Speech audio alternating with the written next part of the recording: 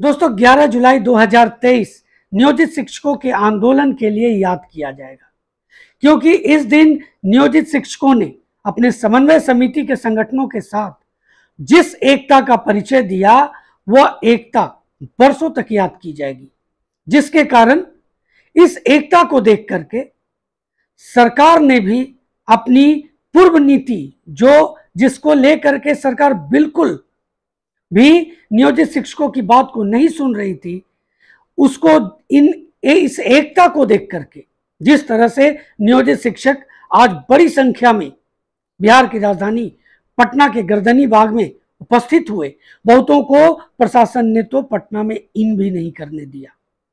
अगर वो भी इन कर जाते तो यह संख्या क्या होती, यह देखने लायक थी। दिन भर मीडिया में यही चलता रहा।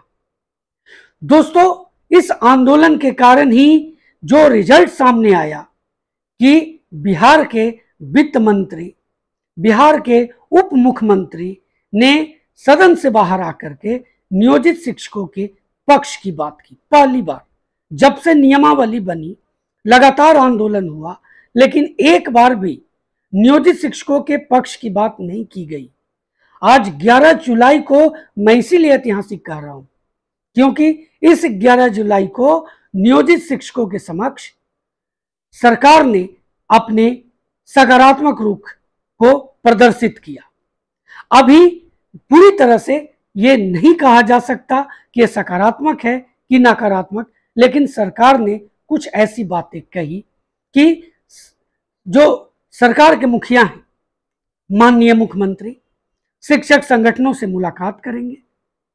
इस जो मॉनसून सत्र चल रहा है उसके बाद उनसे चर्चा करेंगे, उनसे बात करेंगे और समाधान करने की कोशिश करेंगे, ऐसी बातें कही गई।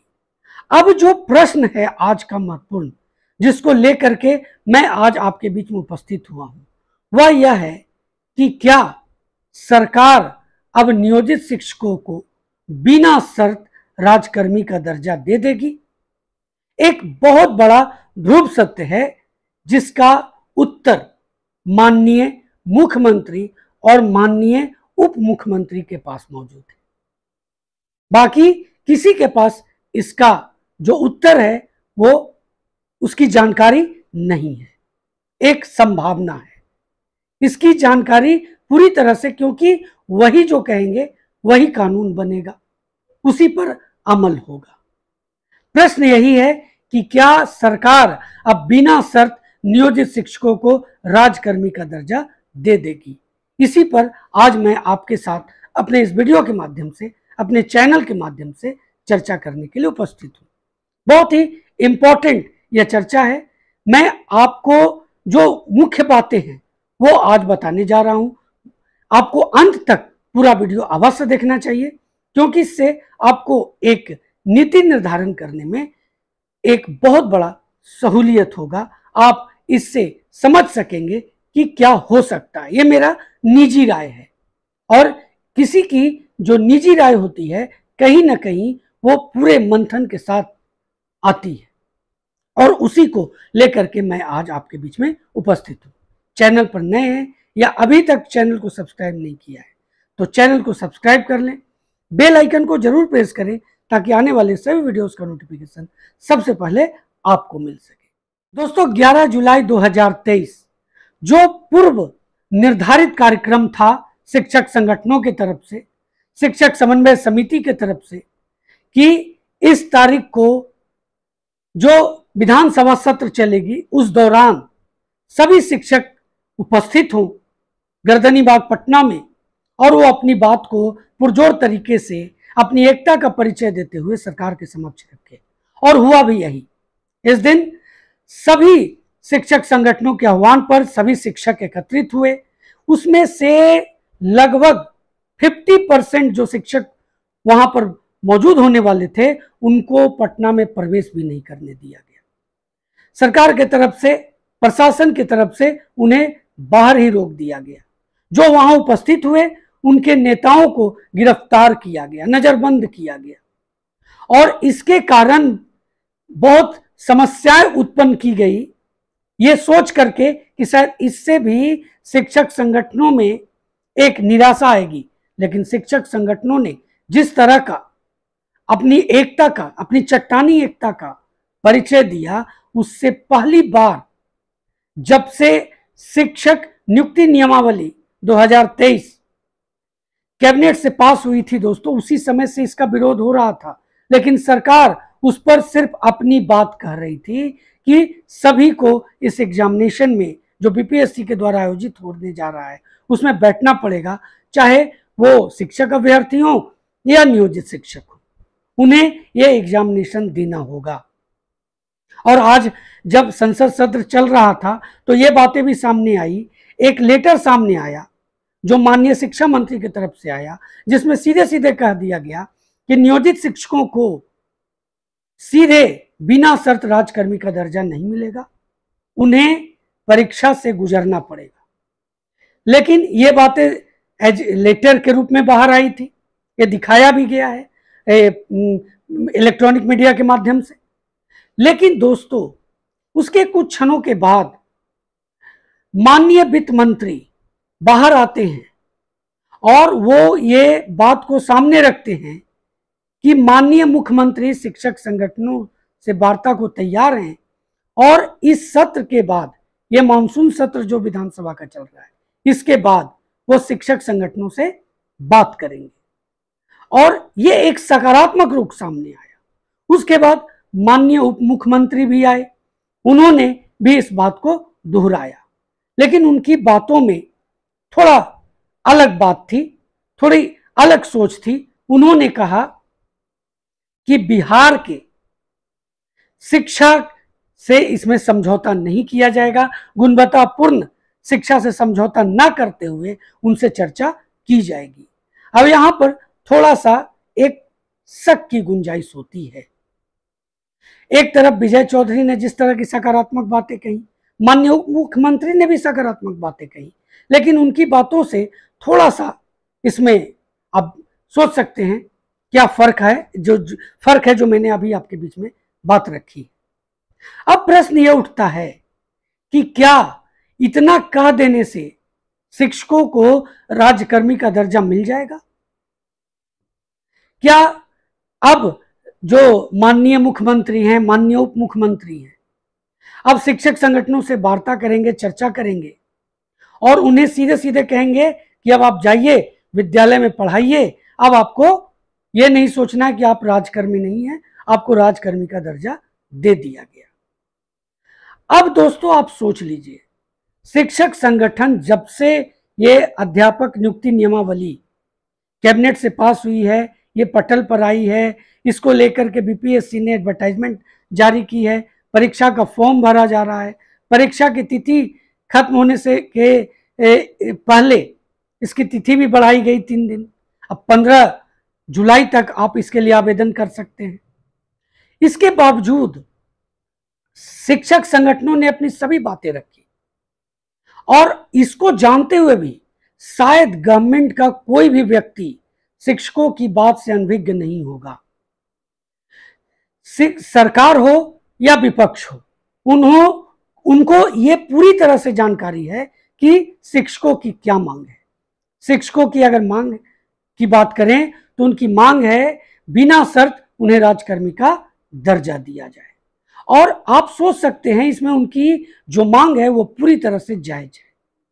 अब एक शिक्षक को आप 9 बजे विद्यालय बुलाते हैं, 4 बजे उन्हें छोड़ते हैं और उसके बाद उनको पढ़ाई करने कहते हैं शिक्षक अभ्यर्थियों के साथ जो अभी यंग हैं। उनके पास इस तरह का जो बर्डन है जो एक शिक्षक नियोजित शिक्षक के साथ है वो नहीं है। कोई भी नियोजित शिक्षक जो पूर्व से बहाल हैं, जिनका 17 साल 18 साल हो चुका है, उनका एज क्या हो रहा होगा आप खुद इसको समझ सकते हैं। उनके पास परिवार है अपना, वो विद्यालय जाने के लिए घंटों पहले चलते अपने घर से और विद्यालय से निकलने के बाद घंटों उनको घर पहुंचने में लगता है। क्या उनका एग्जामिनेशन पूरी ओपन बहाली के साथ लेना जायज है? बिल्कुल भी नहीं। आप मेरे बातों से अनभिज्ञ हो अथवा नहीं हो, लेकिन जो सच्चाई है मैं वो बातें आपके बीच में रखता हूं। आपके तरफ से बहुत से ऐसे कमेंट भी आते हैं जो अशोभनीय होते हैं। मैं आपकी ही बात करता हूं, लेकिन पता नहीं आपके तरफ से इस तरह के अशोभनीय कमेंट क्यों आते हैं, मैं नहीं समझता। लेकिन मैं उस पर माइंड नहीं करता, मैं उनके बातों को आपके बीच रखना भी नहीं चाहता। लेकिन ये बातें कर रहा था, इसलिए आपके बीच में ये बातें मैंने कही। दोस्तों, क्या सरकार ये बातें नहीं जानती कि क्या इनकी मांग है? सरकार ये नहीं कर सकती थी कि मॉनसून सत्र के बीच में ही सदन के अंदर ये घोषणा कर देती कि सभी नियोजित शिक्षकों को बिना शर्त राजकर्मी का दर्जा दिया जा रहा है, क्योंकि हमने जिस तरह से जांच व्यवस्था शुरू की है उस पर ये नियोजित शिक्षक 100% खरे उतर रहे हैं, या उपस्थिति को लेकर के या विद्यालय में गुणवत्तापूर्ण शिक्षा देने को लेकर के ये अपनी पूरी तरह से 100% दे रहे हैं। तो इनको राजकर्मी का दर्जा देने में हमें कोई गुरेज नहीं है, हम इन्हें राजकर्मी का दर्जा देते हैं। ये नहीं कह सकती है सरकार। जो एक ये आडंबर बनाया जा रहा है कि नियोजित शिक्षकों के संगठनों से बात होगी, चर्चा होगी, एक रास्ता निकाला जाएगा, ये रास्ता क्या है? ये बीच का रास्ता क्या हो सकता है? नियोजित शिक्षकों को अपनी बातों को रखनी चाहिए, और ये बातें मैंने देखी है, नियोजित शिक्षकों के संगठनों की तरफ से ये बातें आई है।